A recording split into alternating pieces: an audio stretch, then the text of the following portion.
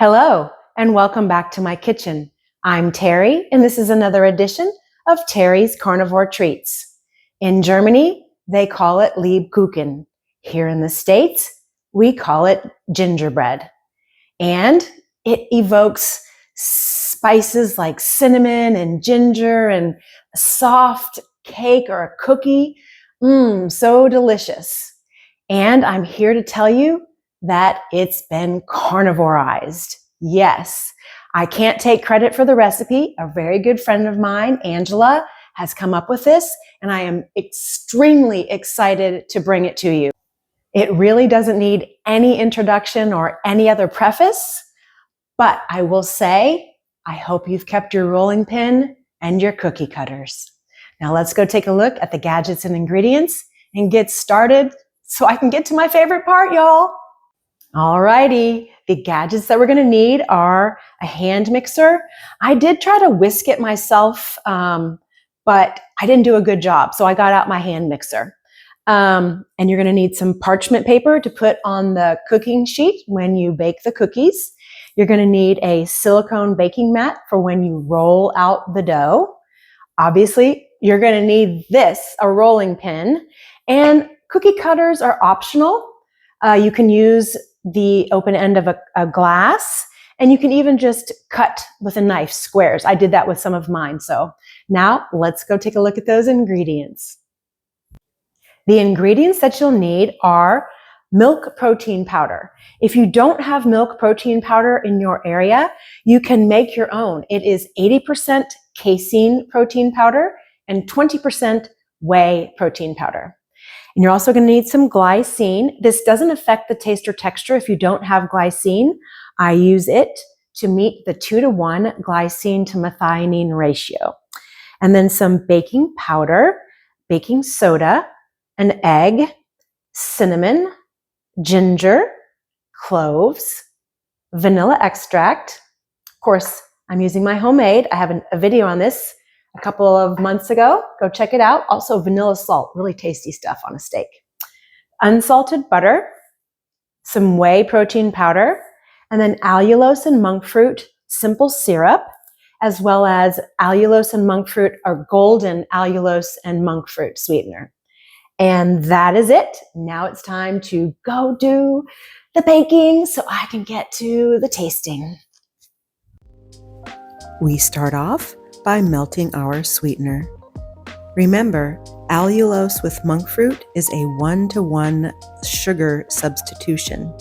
This was my first time making this recipe, and I will say I am not used to this much sweet, so I will be reducing it in the future.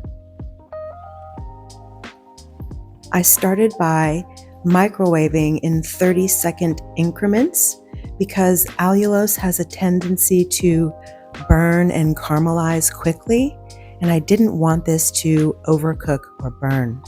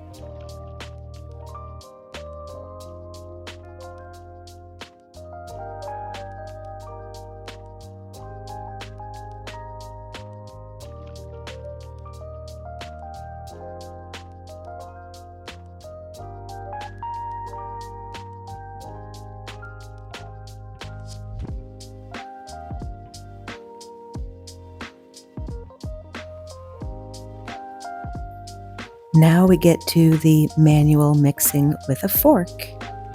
This did get a little stiff towards the end, so I would suggest to keep a spatula close by or wooden spoon.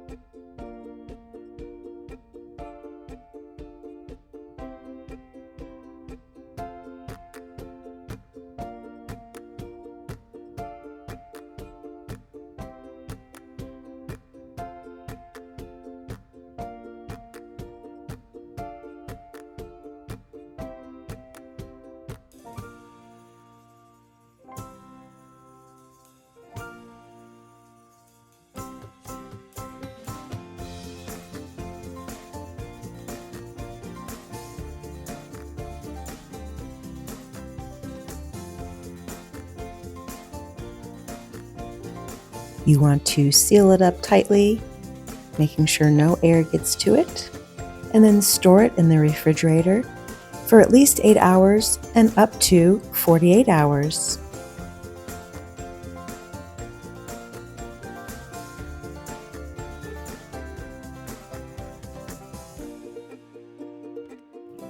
Keep the whey protein powder close by because you will be using that in place of flour when you roll out your dough.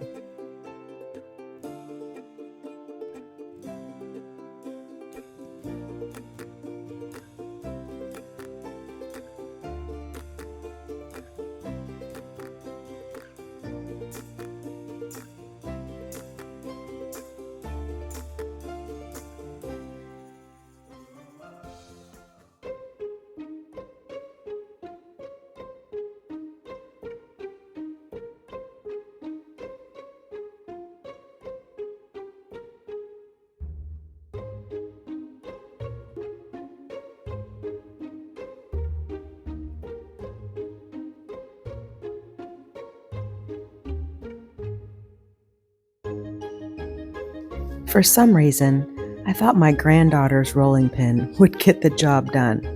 Definitely not big enough.